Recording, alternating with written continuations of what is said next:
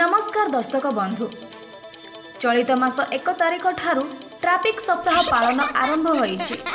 हेले केवल ट्राफिक सप्ताह पालन कले कौन हबो कि जो कारण गुड़िक दुर्घटना घटुची तार विषय के चिंता करूनाहांती।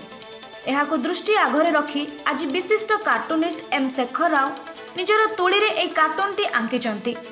देखंतु किपरि रास्तार शोचनीय अवस्था रहिछि आउ किपरि दुर्घटना घटिछि।